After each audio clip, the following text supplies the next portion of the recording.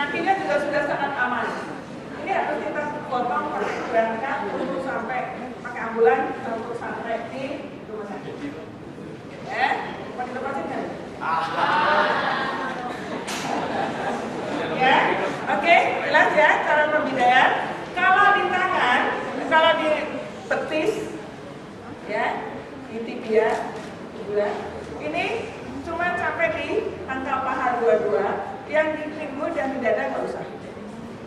Yang lainnya sama. Ya, kalau di lengan bawah, ingat posisi tangan harus anatomis. Kalau kamu ngebidai tangan dengan posisi seperti ini, fail. Karena di dalam radius unanya melintir. Harus tetap posisi anatomis, ya. Ya. Satu di bawah, satunya lagi di atas. Yang di atas, yang di siku ini harus dibalut dulu ya. Jadi satu di bawah, satu di atas.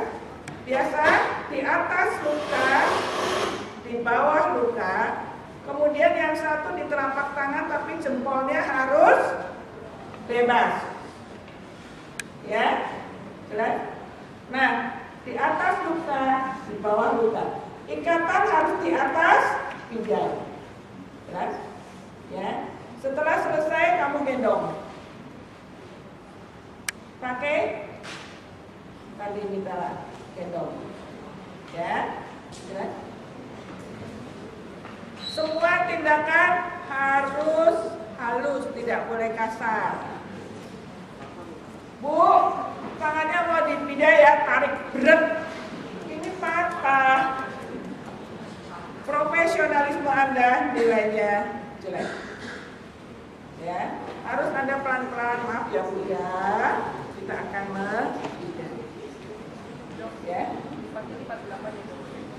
Semua ikatan selalu ikat 8. Ya, jelas? Jadi atas luka, bawah luka, dan telapak tangan. Posisi anatomis ini selalu salah. Di ujian gagal karena dia membidai. Oke, ya. Nah, sekarang tinggal barusan.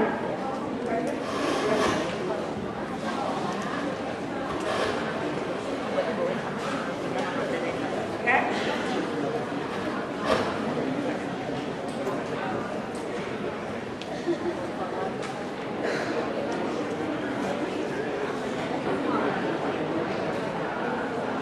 Jadi membalut, mohon maaf di sini terpaksa menggunakan kain, karena kalau kita menggunakan kain kasa habis sama Anda. Ya. Jadi Anda saja ini kain kasa atau pembalut gulung yang lain atau pembalut elastis. Ya. Besarnya ada yang kecil, ada yang sedang, ada yang 8 cm, ada yang 10 cm. Tergantung dari daerah mana yang akan dibalut. Ya. Nah, saya akan memberikan contoh pada Anda untuk membalut jari. Atau lengan dulu ya, lengan dulu. Nah.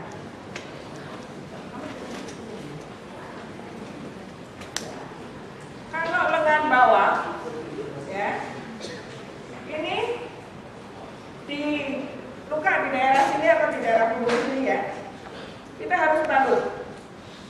Ada perdarahan. Semua kalau ada perdarahan harus tidak. Kamu harus katakan dulu secara lisan dan itu tidak kamu lakukan. Ya. Nah, kalau lengan bawah, ini kan di sini kecil, di sini lebar. Jadi Anda nggak bisa cuma gulung-gulung biasa. Jelas? Ya. Caranya adalah kita cara membuka, memegang pembalut itu juga harus begini. Dibuka ke kanan, bukan begini ya, tapi harus begini. Jempolnya harus membuka ke sana.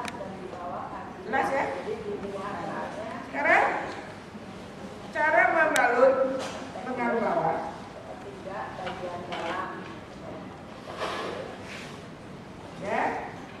Bisa kelihatan? Nah, mulai dari pergelangan tangan kita ulur-ulur 3 kali ya. Misalnya ini 11 ya. 3 ya. Kemudian kita naikkan 45 derajat. Nama pasien Ya. 45 derajat. Ya. Ke sini kita turun lagi ke bawah. Ya. Kita ke sini naik lagi ke atas kira-kira 1 cm. Ya. Turun lagi ke bawah. Yang ditulis sudah nggak apa-apa karena yang baca bisa tahu ini ngambilnya dari kandungan. Terus naik ke atas, turun ke bawah, terus begitu seterusnya. Sehingga akan terbentuk sisik. Kita hapuskan Ya.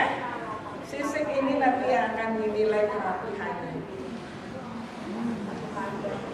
Ya. Kelihatan? Kelihatan nggak? Ya. Ini terus sampai ke atas. Saya nggak teruskan, aman. Ya. Ini untuk lengan bawah. Kalau untuk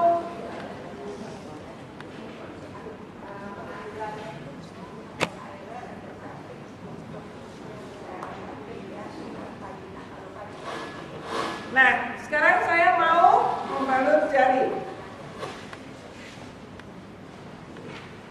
Ya, jari luka. Pakai yang kecil. Ya. Ini jarinya ya. 1 ditahan.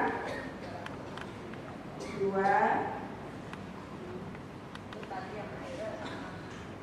3. Selalu 3 kali.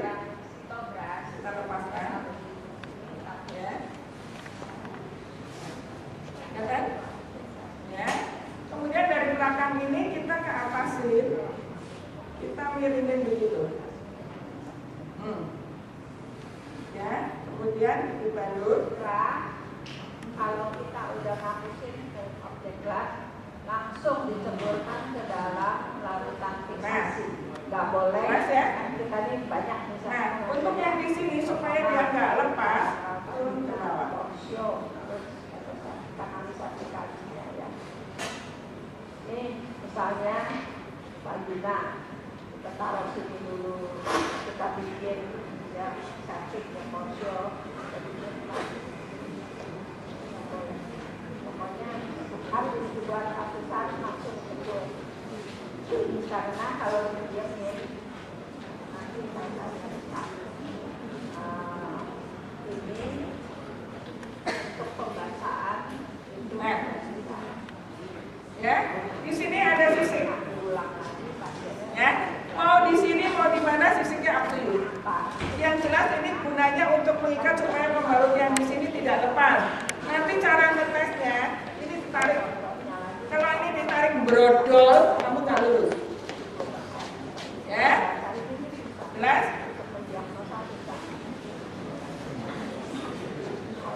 Ya, jelas?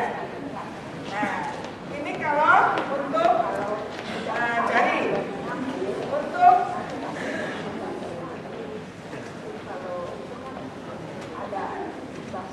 ya, kalau untuk siku tadi bisa pakai pembalut juga, bisa juga pakai perban dulu. Ya, untuk siku dan lutut tetap sama. Ya, jadi kita selalu mulai dari ujung siku. Kita ulurkan 3 kali.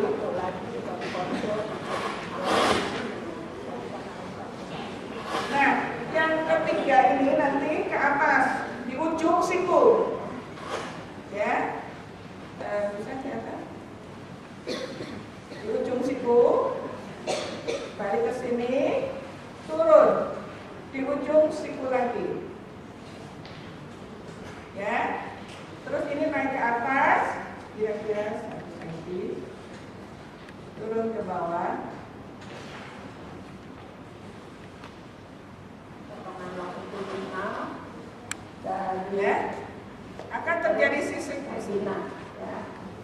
Yes?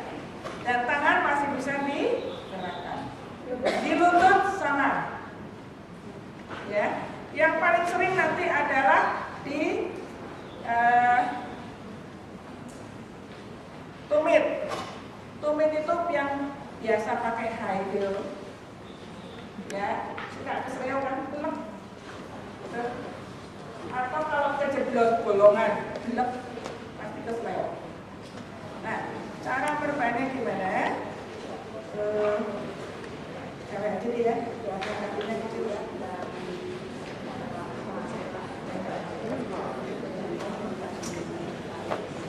Ya, siapa ya yang dorong kayak gitu?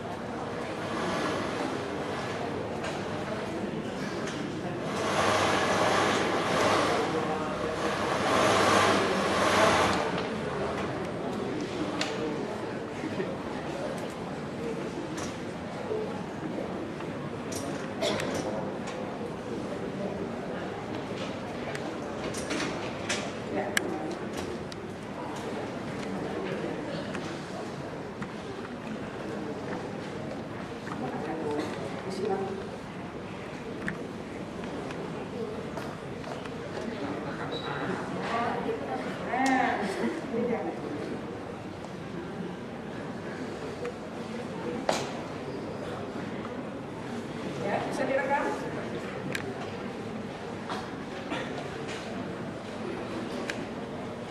Ya, kamu perhatikan yang biasa ini namanya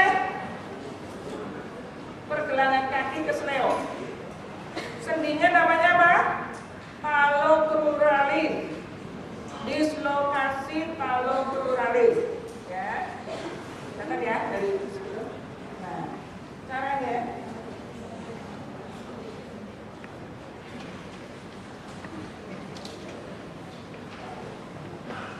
Oke, ya, kita selalu mulai dari ujung tumit, ya, 3 kali, ya. Setelah itu kita naik ke atas di ujung tumitnya, ya, turun ke bawah di ujung tumit lagi, kelihatan nggak?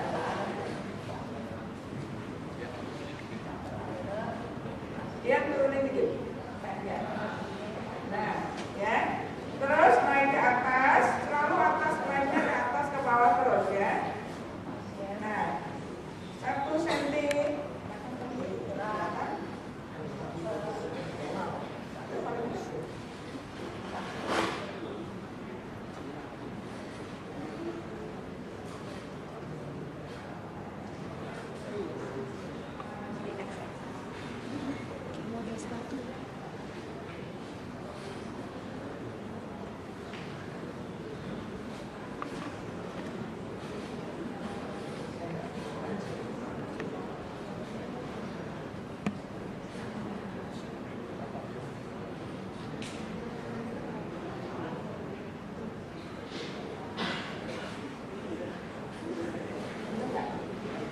Ini nggak banyak gerakan.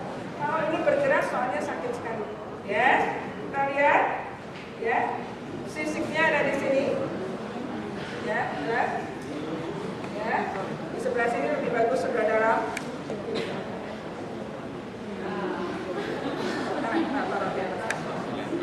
Nah, ya, oke. Nah, ini gerak kakinya itu sudah kencang sekali. Dia tidak mudah bergerak, sehingga rasa sakit akan berkurang banyak sekali. Kalau ini dilakukan dengan elastik perban, itu akan lebih enak. Ya. Tapi nggak boleh terlalu kencang ya nariknya ya kalau elastik perban. Karena kalau terlalu kencang, ujung-ujung kaki terbendung peredaran darahnya. Ya, oke, jelas?